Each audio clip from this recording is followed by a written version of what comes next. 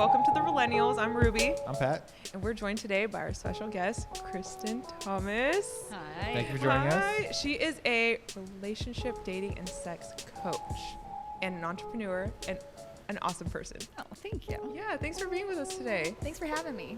Yeah, we're super excited to have you. I just want to jump right into it. Just Me too. right into it. Where did you grow up? Where are you from? I say I'm a Missouri girl because I've kind of bounced between Central Missouri and Kansas City back and forth a couple times. But Yeah. I grew up in Mexico, Missouri. Mexico, Missouri? Or as they say, Mexico, Missouri. There. Yeah. Nice. Yeah, it's very And country. How did you get to Kansas City? My dad's job brought us up here, and when I was going into, say, third grade. Yeah.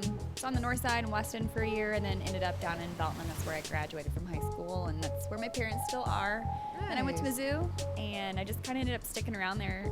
Stayed there for 11 years. Came back up here in 2010. And, you know, when I left Kansas City, I didn't think I'd ever come back, and now I don't really think I'll ever leave. Where were you MU. going to go MU. after that?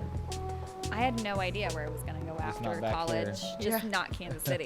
There was just a map and it was just a big X on Kansas City and Yeah. everywhere else was open. For me in high school, Kansas City downtown was dead. We watched it wither away. We watched U2 film a video here that was supposed to be post-apocalyptic, and they didn't have to do a single thing to our downtown to make it look gosh. that way. I Yeah. didn't know that. That's what we were coming off of. That's why I never wanted to come back. There was nothing here for us as young people to want to return to. And I had no desire to live in the suburbs. Still no desire to live in the suburbs. So. Samesies. Yeah, I Yeah. remember even It's like different now. 14 years ago when I was like 18, driving through like the crossroads, and it was like all the parking lots were just like weeds growing in parking lots. And Yeah. it was like very, very dead. The Crossroads? Yeah. Yeah. Really? The only thing Yeah. that was there was Town Topic. I mean, that was really it. And Hamburger Mary's back in the day? Yeah. Yeah. Even that, I mean, that came up in the mid-2000s, I think. So, Wow. yeah, it's totally changed. What did you go to school for? Psychology. Okay. Yeah, actually, well, That I went makes in. a lot of sense. I went into school for biochemistry and ended up with a psychology degree. Ooh, so. what made you want to go into biochemistry initially? I used to want to work for the FBI. Ooh. Yeah, I used to want to do weapons inspection and stuff like that.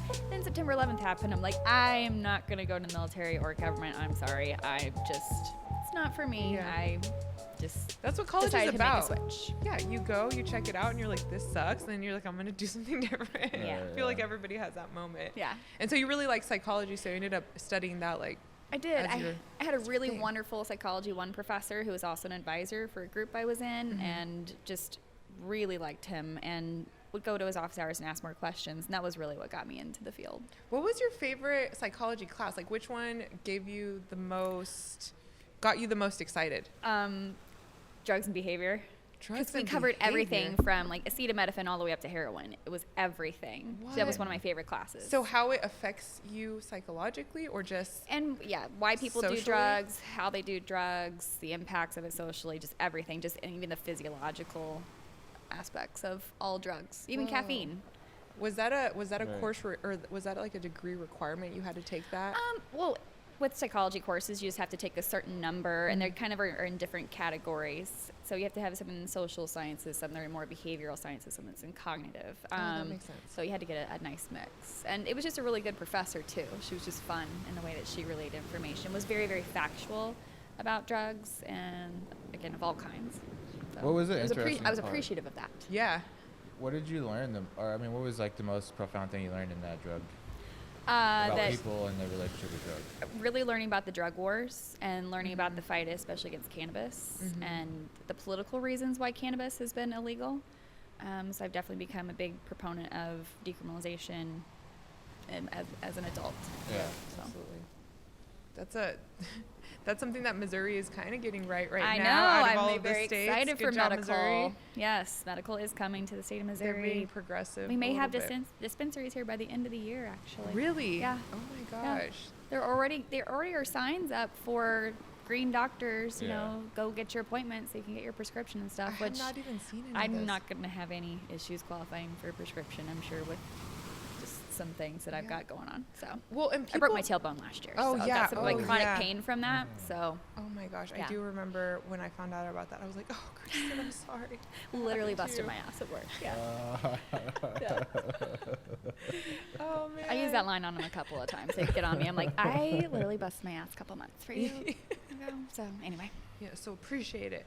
Yeah. Wow, cannabis is going to be here. Mm-hmm. And a lot of people need it, I think. Yeah. I think a lot of people need it. Was there any other classes that were extremely helpful for you in what you're doing now? Well, human sexuality, of course. Of But course. our professor was not that great.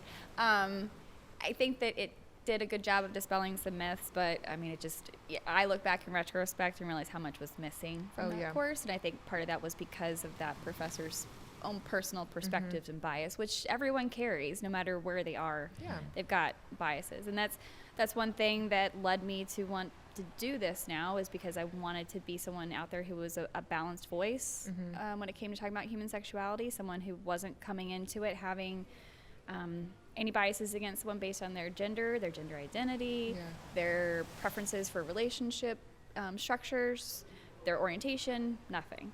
So What do you think is missing the most? What's the most common thing that's missing when you talk to people? What are they not realizing? What about sex, or just relationships, relationships in general? or Dating. We'll get into dating. We'll get into eventually in dating. this time. Okay. All right. I think that a lot of people are missing genuine human connections right now.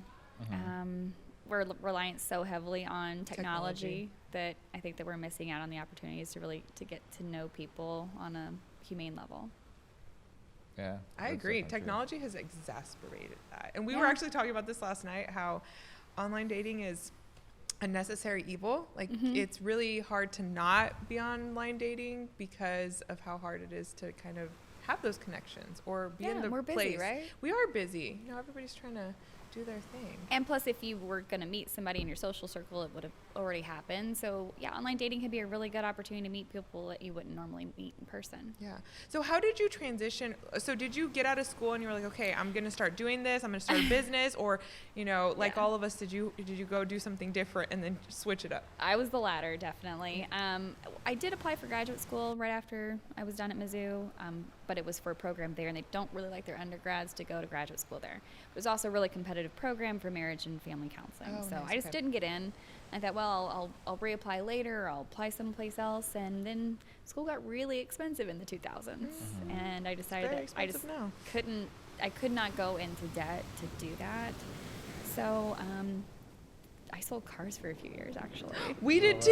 I know. I heard you say that on one of your talked about podcasts. it. I was like, I gotta talk to Libby about that. Yes. And I sold a lot of different dealerships in Columbia, so I sold a lot of brands. But if you can sell cars, you can sell anything. You can do everything. And if yeah, you as a can sell woman in cars. car sales, it can be a lot of Oh, fun. It you can be get it. really sometimes. But yeah, when you get that customer who's like, oh, I'm so glad, I'm going to refer all my friends to you, Yeah. and then they do, it's, yeah. Did you ever get a guy that was like, oh, can I have a male salesman? Oh, yeah. No, I had a man who was ignoring me one time on the lot, and he, after about my fourth question, he just turned and stopped and looked at me dead in the eye and said, I don't like women. I don't want to speak to you. Find me somebody else. And I said, I'm the only one available, sir, so good luck with that. And I tossed the brochure onto the hood of his truck. Dang. And then he drove off. We watched him stop in the middle of the street. The brochure had flown off. He gets out of his truck, picks the brochure up, comes back to the dealership to berate me on the sales floor for doing that, to which my manager was like, you're done, and then, get you outta know, here. cussed him out a little bit and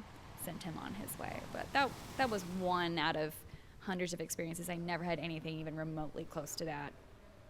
That was Wow. just an extreme. Yeah, I had some extremes too. That's crazy that we all sold cars. Yeah. I learned a lot about psychology selling cars Yes, too. you honestly. do, and you use a lot of that. And then after that, I worked at Jenny Craig, which was a really unique opportunity to help people with their lives without having a master's degree. And that was really where I fell in love with coaching, because it's a very different concept than yeah. therapy. So And then what happened? So, Jenny Craig, you were coaching people, you're helping people, I and then you started decided off, to yeah. transition into more like the dating relationship. I started off as a consultant there, and then I worked my way up and was actually a center director and an area director. I had multiple locations. Then I moved up to corporate. corporate ladder. Yeah, and it was very, very different. So after 4.5 years, left that, had some other jobs in renewable energy, Yeah, and then I nice. decided I was tired of doing something that really had nothing to do with what my passion in life was, which was helping people. So, I mean, yeah, okay, renewable energy, distributed energy, we were talking about like Africa and Haiti and India and some of the other places I traveled. Yeah. Yes, but I just couldn't handle the race of working for that size of a company, depending upon what the government was going to do with renewable energy. It was too much. So I set a plan about 2 years ago to do this after I listened to another podcast from a sex coach. Ooh, oh yeah, I know this story, but And Pat it just inspired me, and it set me on a path to do a ton of research, talk to my friends, talk to my family, and then got everyone's like thumbs up, and kind of went about figuring out where I was going to study, because I wanted to get certified as a certified sex coach, and found a mentor, set up my business plan, and then just kind of started. Whoa. It was going to be my side hustle at first. I was going to keep my job for a while, and then they called me and they're like, we just don't have room for you anymore, so here's a severance package. And I'm like, cool, I got my branding and my logo and my website. That was the move then. Yeah. I had my date set, and they beat me by 2 weeks. So I kind of feel like we had a staring contest, and they blinked first, and I won. So That severance package, so you could take that and run. Yeah.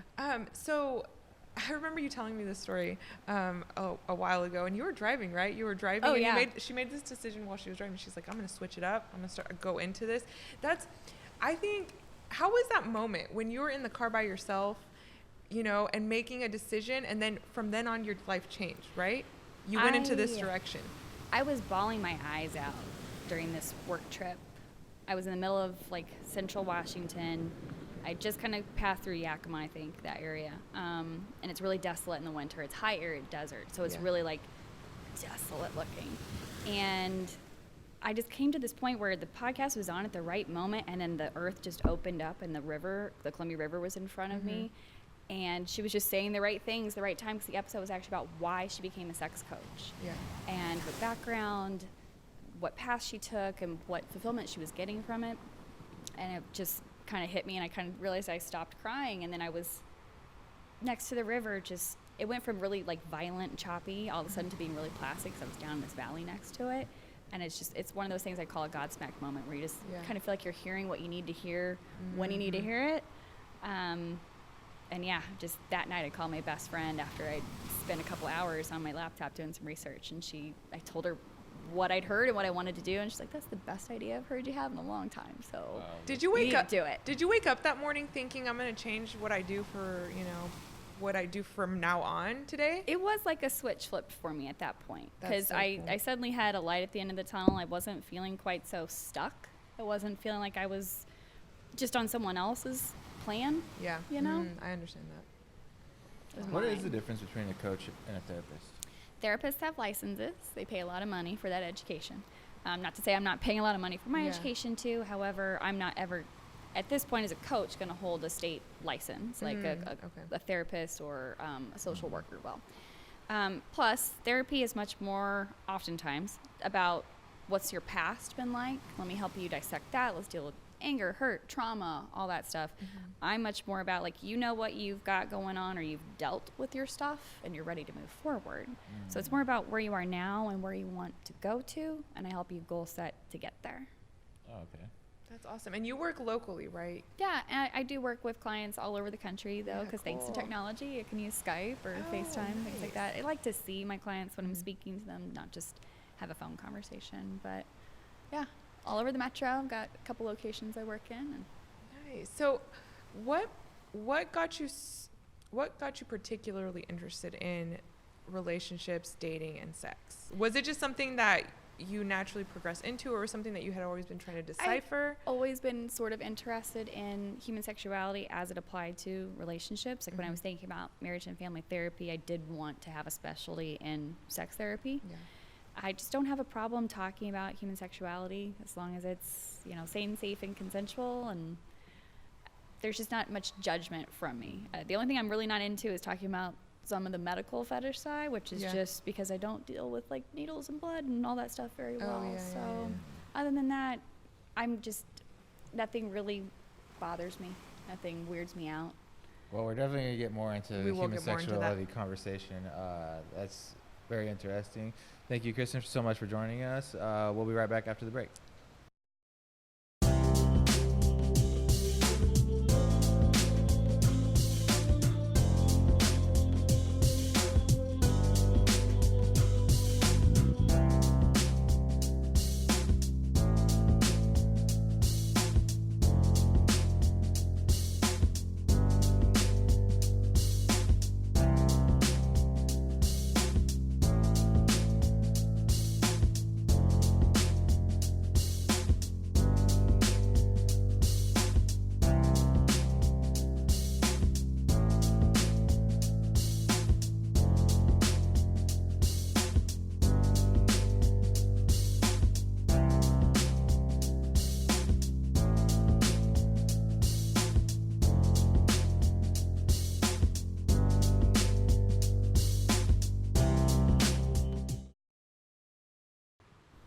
Hey everyone, welcome back. I'm Ruby. I'm Pat. And you're joining the Realennials. We have Kristen Thomas with us, and we just had a conversation about, what she does, and she is a relationship, dating, and sex coach. Pat had a question for her. Yeah, I do have a question. I don't know if it's a question so much as it's observation, but like I just feel like that human sexuality is just very often not addressed, particularly growing up, and I think that's a big component of like. Well, it's probably historically been a big component of everything about the dynamic of how like men treat women. I think it's probably actually a more modern concept. I think that societies were probably a lot more open with sexuality until the Victorian era. Ooh, yes, and that's interesting because just the philosophy of like not talking openly about sexuality, about not they have education like in 6th grade or whatever about like Puberty and stuff. Puberty and It's like more about STDs reproduction. and stuff like It's not that. about human sexuality. Right, and that's what I feel like is kids actually miss, like teenagers and young adults particularly miss out on conversations about like what does it mean to have healthy sexual relationships and like how do you establish respect and communication within relationships in order to maintain healthy relationships. And so oftentimes the kids are left to their own devices, like watching porn and having unrealistic expectations about like what sex is and things like that. So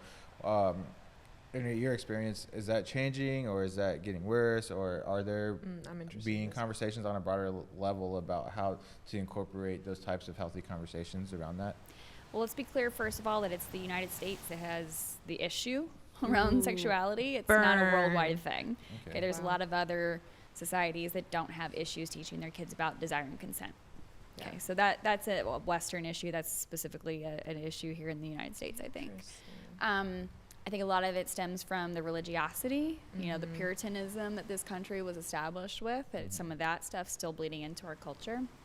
I think that anytime that you've got a school that thinks it's okay to fire a teacher for putting a condom on a banana, you've got real issues, because you're living in a fantasy world that thinks that you really just need to teach about how a sperm comes with an egg and that's how a baby is made. Like, that's not enough.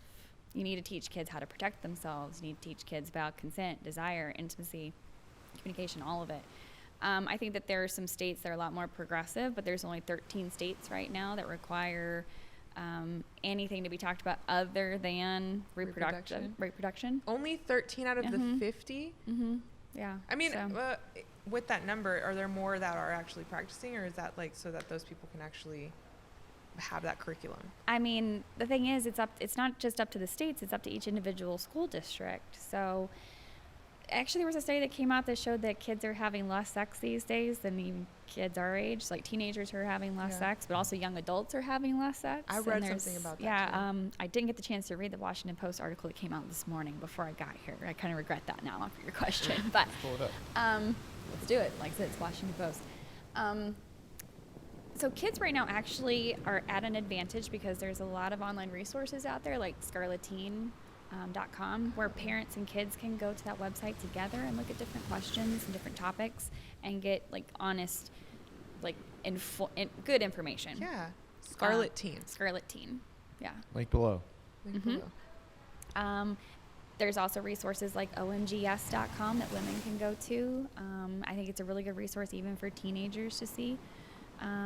There's there's good factual information out there on the internet. It's just helping kids find that factual information. Yeah, because the kids are going to the internet regardless, right? Like, Oh, we're yeah, in the age of absolutely. technology. That's where most people are getting their ideas about these things, and they're gonna Google it. They're gonna search it, and Yep. Guess what the median age is that kids now have their first like viewing of porn? Oh, Guess no. the age. Oh, guess. I think it's like 9 or 10 or something. I would guess 10. Yeah. 10? Yeah. Goodness gracious. And that's the median age. So that means that like 7, 8-year-olds are seeing it. So it's just because, you know, you don't have the parental controls on your phone and like things pop up. It's just there's lots of stuff out there. So I think it's important to start talking about human sexuality, pornography, all that stuff from a young age, because whether parents like it or not, their kids are going to find it, or their kids are going to get exposed to it. They're going to get told about it at school or on the bus, at the babysitters. Yeah. It happens, and kids talk. And plus with technology now, they can send each other links and apps. And oh, goodness gracious. yeah, That's so stressing out. it's up to parents to really take charge and have better conversations with their kids these days, because you can't rely upon the schools to do it, especially here in our area. Yeah, I feel like some parents might not know how to start that conversation, you know, and so they kind of just put it off, and by that time, you know, it's too late, and your kid is already. My parents didn't really have the sexuality talk with me. Yeah, they let the schools do it for them and church do it for them. I could say the same thing. I didn't have that. Like, I didn't have like an official talk. I had like, you know, kind of skirting around the idea a few times, but nothing ever that was very direct. Like, here's what it is. This is our conversation about it. Yeah. I educated myself with books I found. Wow. And library? Nope. Ooh. Mom and Dad had books at home. They, I think they thought they hid them better than they did, but I was also a snoop. Oh, but these were like, these weren't, okay, yes, they had like sexually explicit material in them, but it was more like Kama Sutra-esque books. I see. Okay. It wasn't like smut. I mean, my dad Mm. definitely had Playboys around the house, Yeah. but I think that got me just interested in it. And then when I was older, I remembered those books were somewhere. So I like dug around and I found them again. Oh, you were like somewhere. Mm-hmm. Yeah. So I kind of just taught myself. So how could a parent or how could somebody like bring up those conversations? That's a good question, because it really depends upon the age of their children. I think that you really need to start talking about different things like consensual touch from a very young age. Like, there's a lot of stuff out there right now, especially around the holiday time, with like, don't make your kids hug somebody if they don't want to. I agree. I think that you need to be really specific and also use biological part names. Don't give them nicknames. Use the actual scientific name for body parts. Teach them about, you know, positive touch, negative touch, areas that are not okay and that you need to talk to us about if someone does touch you there inappropriately. And I think you need to be watching for consent in your friendships. You need to be watching for how do other parents around in that social group kind of interact with kids. Yes. Unfortunately, we do live in a time where there's just a lot of stuff I feel like people need to be aware of. But at the same time, parents having that hypervigilance, it's got to be careful not to transfer to the kid. You can't just make them afraid of everything in the world. That's true too. It's more like you got to like tell them like, be careful, but go out into the world. Yeah, like, but come back to me if something happens, you know? I feel like a lot of people do use the fear tactic. Like the fear thing is it's definitely a tool that is used to get people to not do things, but it you know, it has the opposite effect a lot of times. Don't tell a kid to not have sex at, you know, 17 years old. If they're in love with their boyfriend, girlfriend, whatever, like, or that's a natural thing that could happen. Yeah, and parents are forgetting they probably did that too. Yeah. Or their siblings did that too. Inform them by talking to them about like what consent looks like, real informed consent looks like, and to avoid drugs and alcohol during those times. How do you prevent pregnancy and STIs? You know, if your 17-year-old doesn't know how to put a condom on, like, I'm not saying show them, but lead them to a resource on the internet that can show them. Help them out. Yeah.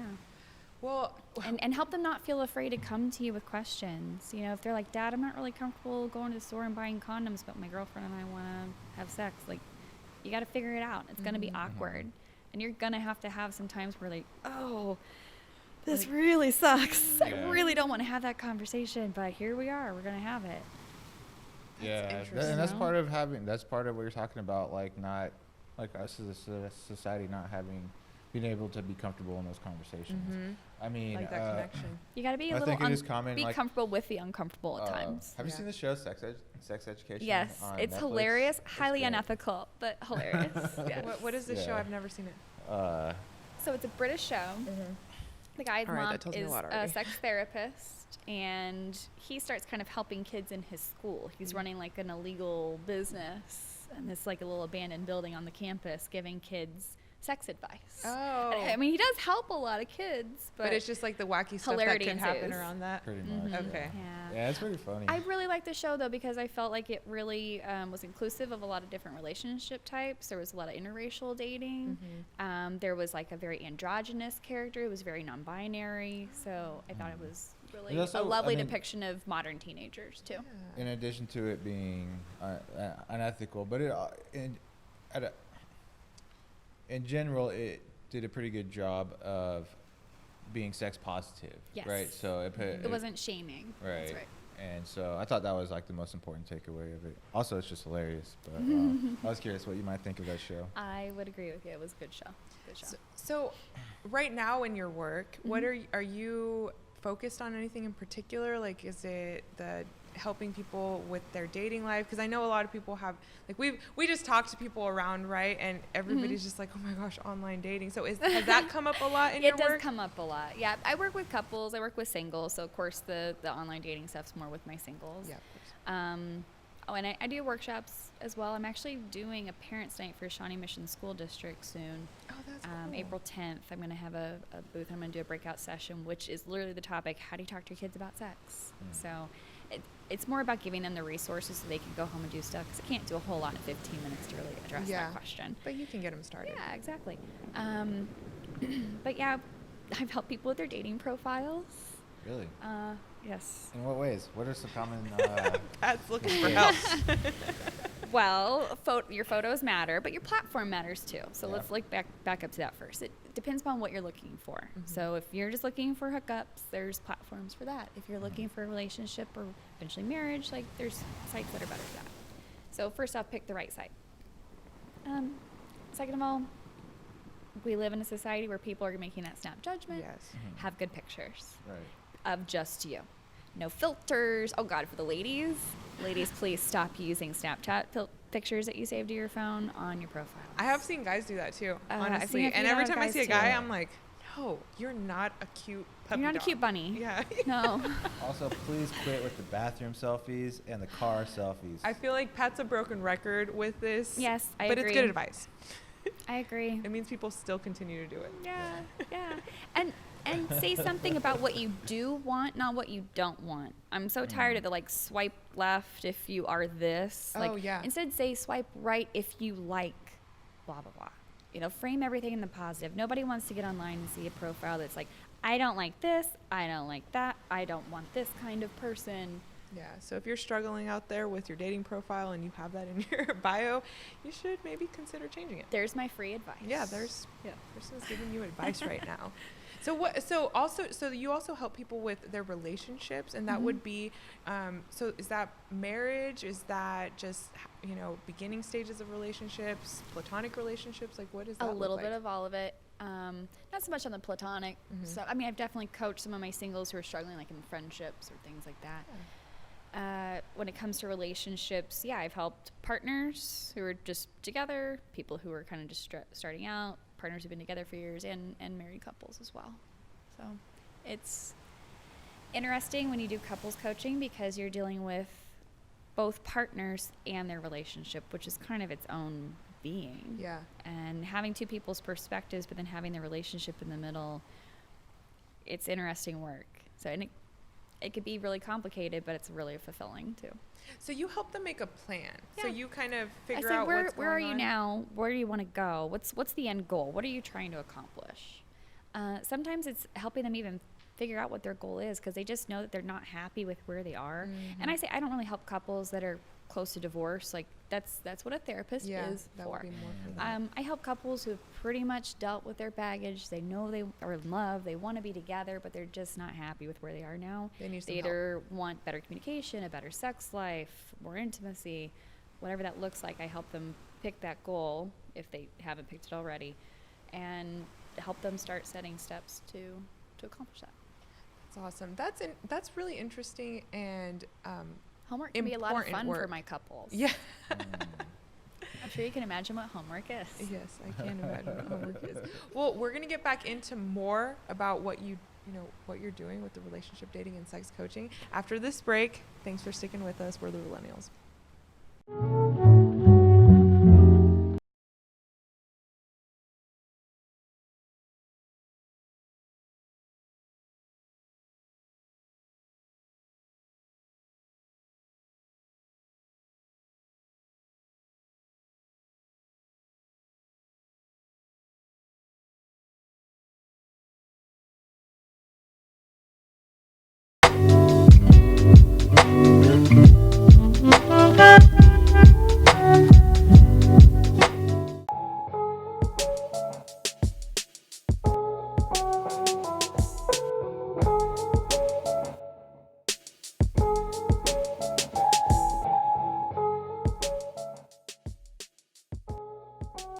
All right, welcome back to the show. I'm Pat, I'm Ruby. and we are still here with Kristen Thomas, world-renowned relationship, dating, and sex coach. I like the world renowned. Thank you. I'll take it. Yes. Thank you for joining us. We really appreciate your time. Yeah, Thanks we've for been having having a really good conversation about what you do and kind of the nature of your business.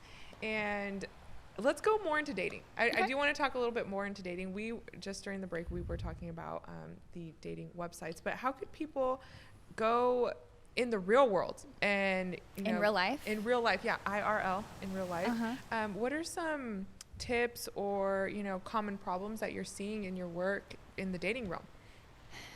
Either people are getting themselves into this habit of like, I'm so busy, I don't have time for, that they're creating this, illusion that you don't get out in We're the both community making or you faces. don't have time to meet people. But the thing is, if you're outside doing stuff all the time, either with your job or with this, you're meeting people constantly. Even if those people that you're meeting aren't single and available, if they're impressed with you, they've probably got a friend or a neighbor or a coworker or brother that is.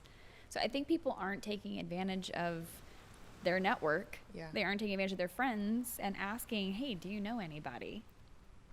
So I think there's missed opportunities there for a lot of people Ooh. to just say, hey, I'm single. Do you know anyone? That was my next question. How do you even bring that up? Because I feel like I have asked my friend group, hey, if you know anybody that's single, please introduce me. But it feels weird for me to ask people that, like, hey, I'm very Why does it desperate, feel please. weird? Speaking of which, do you have any single friends? I do have single friends, Ooh. but Ruby, why does it feel weird? It feels weird to me because I'm like soliciting to get put on dates, I'm just like, hey, please set me up with somebody, like I'm desperate now, like dating apps don't work.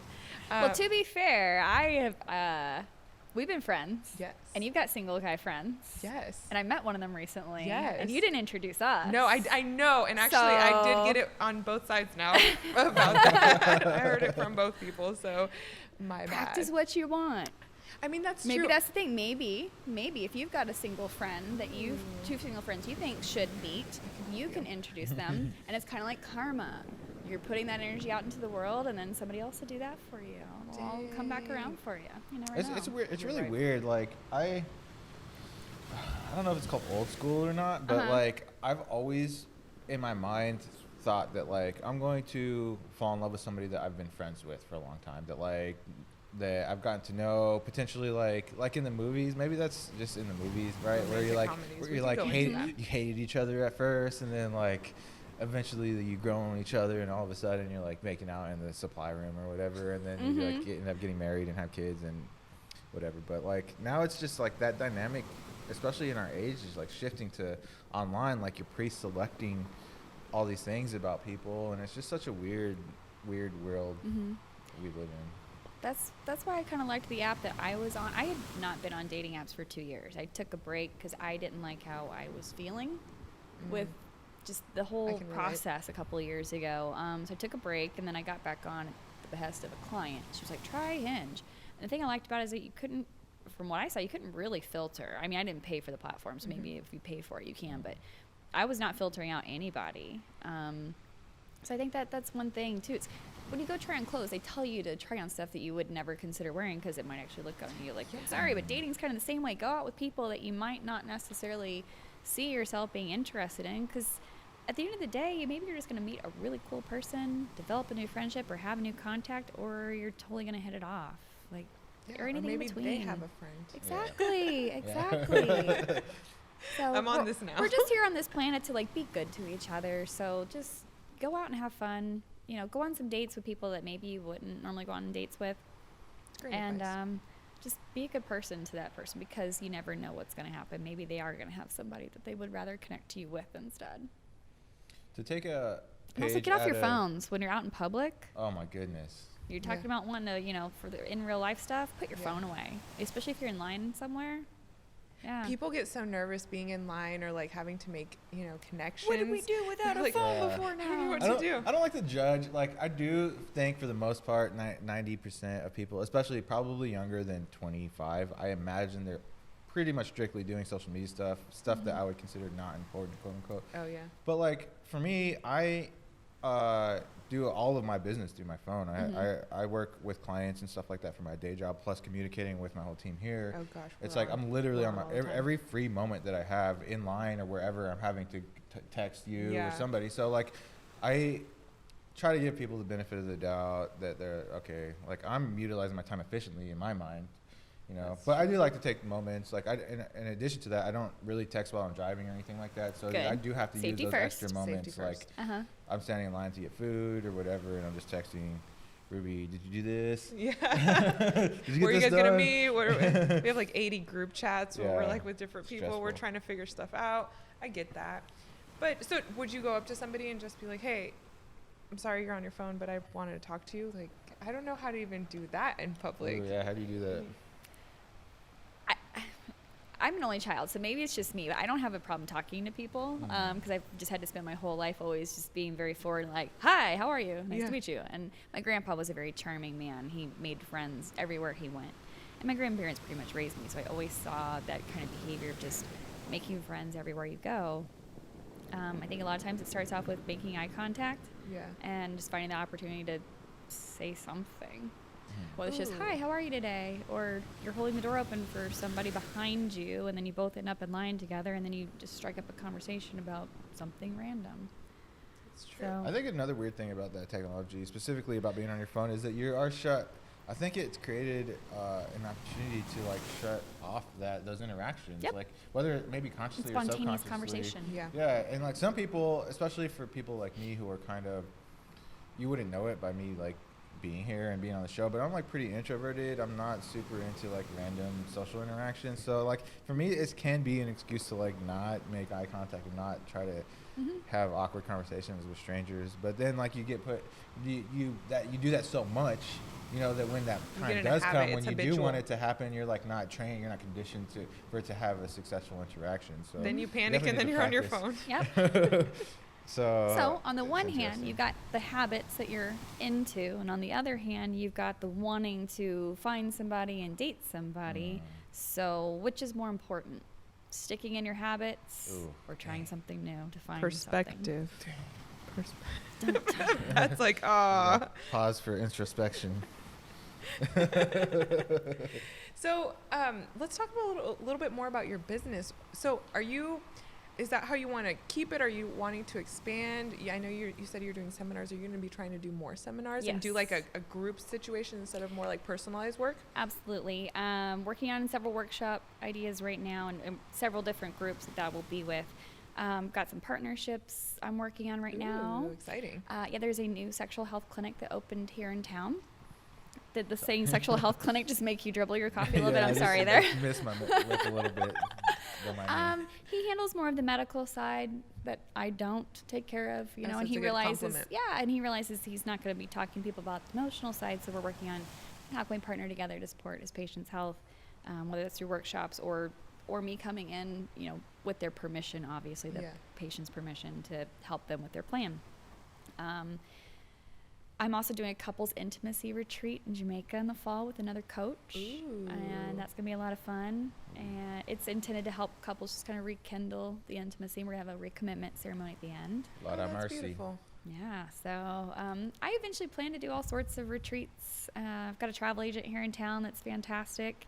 And he's got a lot of ideas where we can go in different groups that we can target with that. I love to travel. I've spent That's a most of good my way life to merge traveling, so them. it's definitely a way to merge the two. I've been to 44 states and 26 countries, so I want to keep that going. Whoa. Yeah, got a goal of 50 countries by my 50th birthday. Dang, you're on par with DeMarcus. Yeah. Pretty much. Dang, you guys should partner up. Hoops and sex therapy. No, Brilliant. therapy. Coaching. Or sex Yes, coaching. coaching. Sorry. Hey, I'm probably going to eventually get my master's, my PhD, and be a clinical sexologist. You're talking about future plans. Yeah. I started the business now, though, and will probably always keep my focus more on the coaching aspect than I will therapy, just because I enjoy that space of being more forward-thinking than retrospective. Then unpacking things. Yeah. Yep. It has its time and its place. It's just not who I want to be. But having the master's and the PhD will open up other doors for me.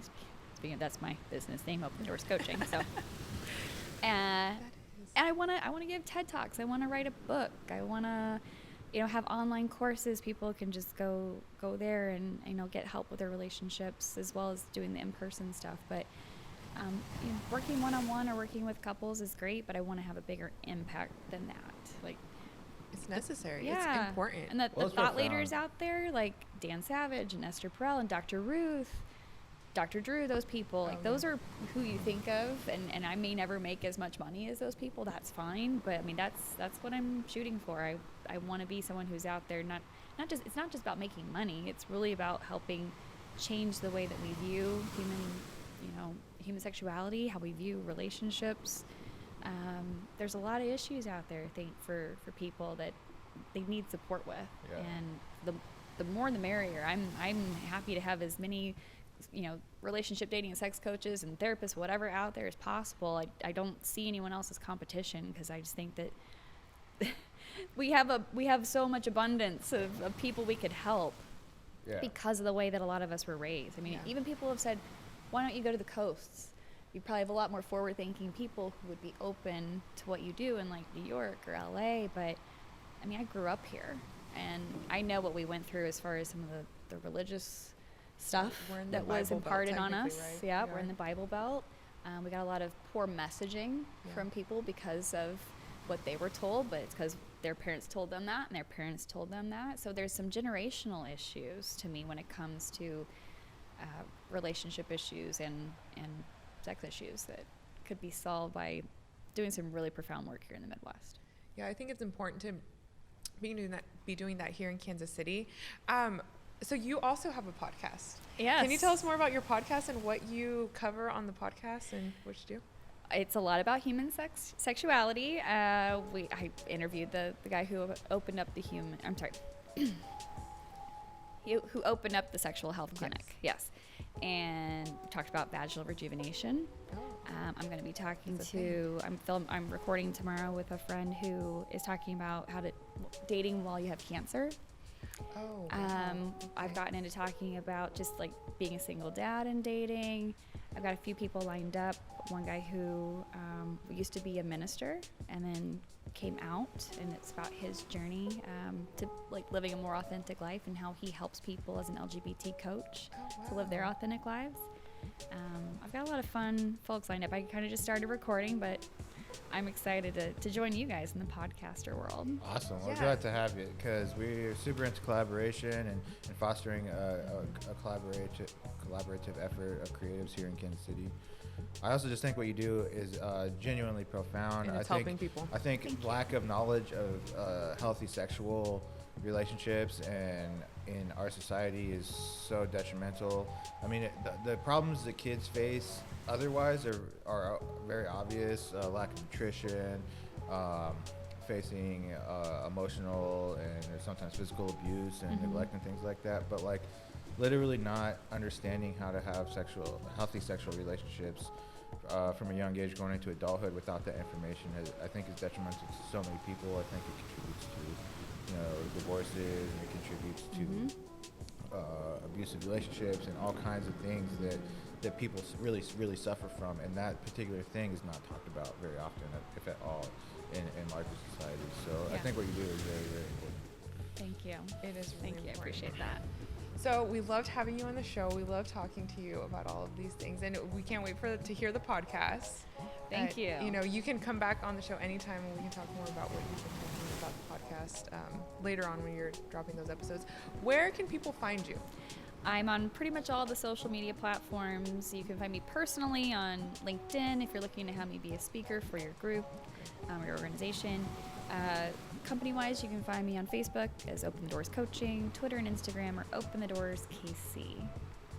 And my podcast will be called Keep Them Coming with Open the Doors Coaching. Ooh. Awesome. All those links will be in the description below. So. That's great. Well, Kristen, we're proud of you. We're happy to have you here. We're excited for you.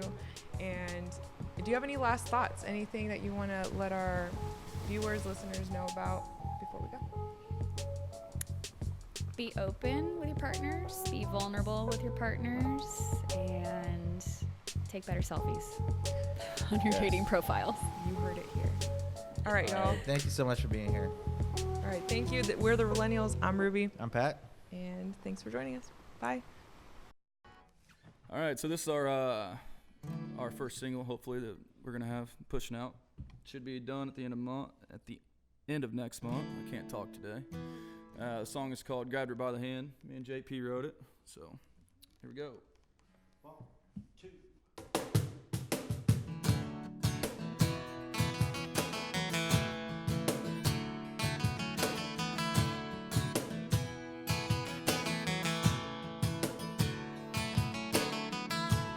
Walked into the bar last night, heartache on the dance floor was playing. I looked to my left and my right, I heard her sweet voice singing.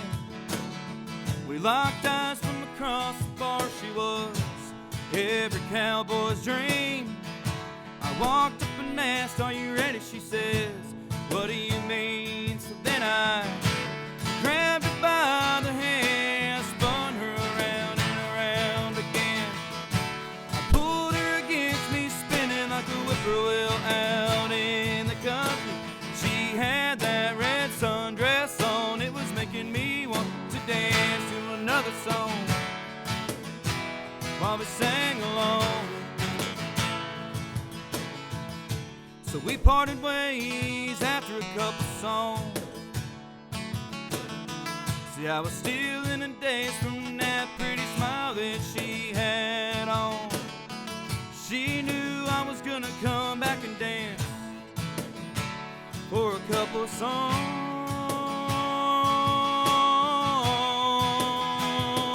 Then I grabbed her by the hand, I spun her around and around again. I pulled her against me, spinning like a whippoorwill out in the country. She had that red sundress on, it was making me want to dance to another song while we sang along.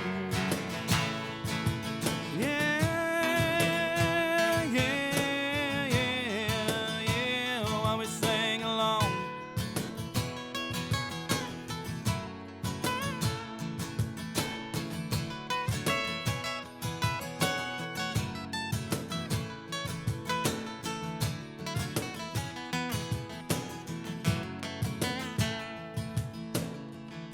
So here we are at the end of the night. Last call, I was holding her tight.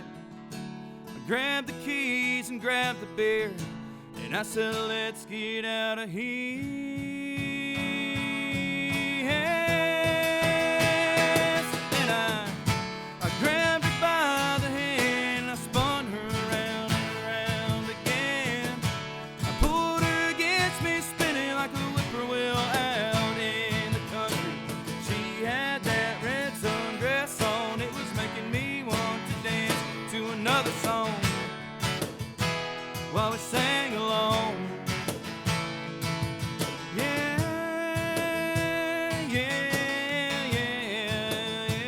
While we sang along.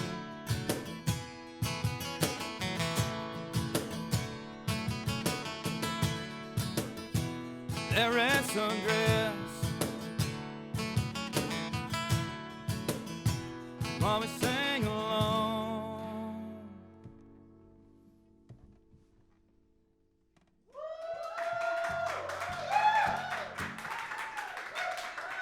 Thank you all so much. Thank you guys. All right. right. All right, everybody. Thanks for tuning into the Realennials. Amazing performance. Thank you guys for being on the show. Thank Cody you for having us. Band. Tell people where they can find your music and what's coming up next for you guys. We're the Cody Silvey Band. You can find us on Facebook. You can just add me as Cody Silvey, or you can add the band as the Cody Silvey Band. And that's all we got right now. Who are these guys? And this is Kent on the drums. Thank you, Kent. And JP on the guitar. Co-wrote a song we wrote together, so pretty cool, pretty exciting. All right, be looking out for their new music and stay tuned for the next one. Thank you guys for having us.